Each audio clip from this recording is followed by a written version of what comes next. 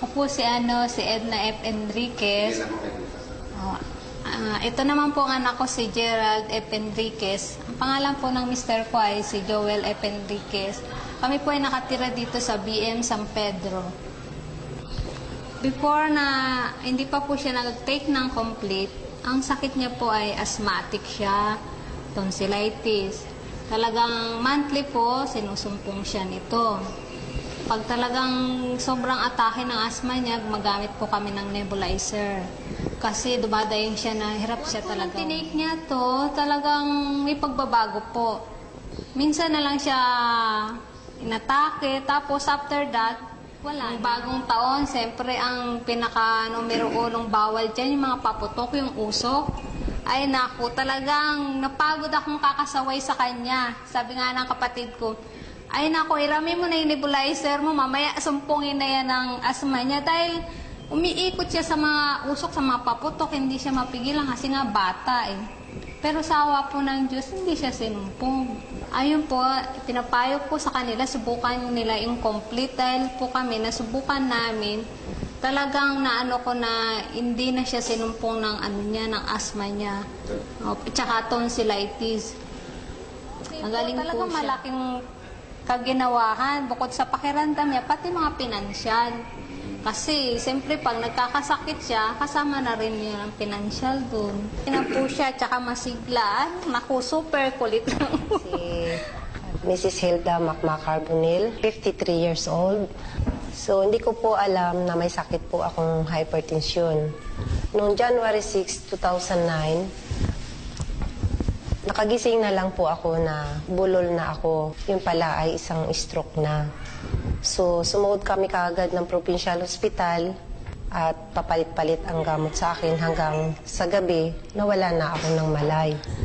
Nung nawalan ako ng malay, hindi ko na alam na ang akala ko, patay na ako talaga kasi naglakbay na ako sa ulap na puti. Ang kwento ng mga nurse sa akin na parang wala na akong pag-asa nung gabi. So, parang nagbagong buhay ako nung nagkamalay ako. Subalit, nung pagkagising ko, naduling naman ang mata ko. At ang kalahati ng katawan ko ay naparalyzed din. At 3 buwan akong pabalik-balik sa ospital hanggang sa 7 bisis pa rin akong na-stroke. Subalit, nung dumating ang isang member ng M Global na may dala siyang produkto ng Nature's Way na yung complete na pinainom niya sa akin ay nakatulong na malaki sa akin. Almost 1 week pa lang ako nagtitik ng gamot na yon, ay malaki na ang recovery ko.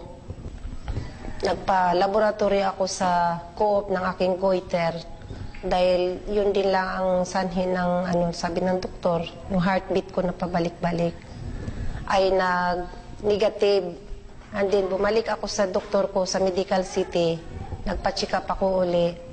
Nagulat ang doktor ko dahil ang laki ng pinagbago ng heartbeat ko. Ang sabi pa niya, normal na pala ang heartbeat mo. Nakatake na po ako ng isang pad ng complete na product ng Nature's Way, ng M Global. At hindi na po ako inaatake uli. At maraming salamat sa Nature's Way product ng M Global na nakatulong. At sana Si Girlie Antipala, isang complete user since 2008. Ako po ay may karamdaman, cyst sa aking ovary po. Nalaman ko na kakaroon ako ng sakit na cyst sa aking ovary.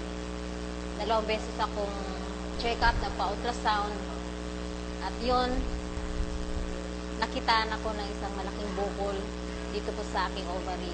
Ang nararamdaman ko po noon, sobrang sakit, kirot, hindi ako makapagsuot ng pantalon, hindi ako makaupo ng maayos, kasi nasasaktan ako. Yun po, nung nasa Adventist na ako, in-ultrasound po ako uli, at yun, nakitaan ko talaga na meron po akong cyst. Pero not knowing na nung umuwi ako sa amin,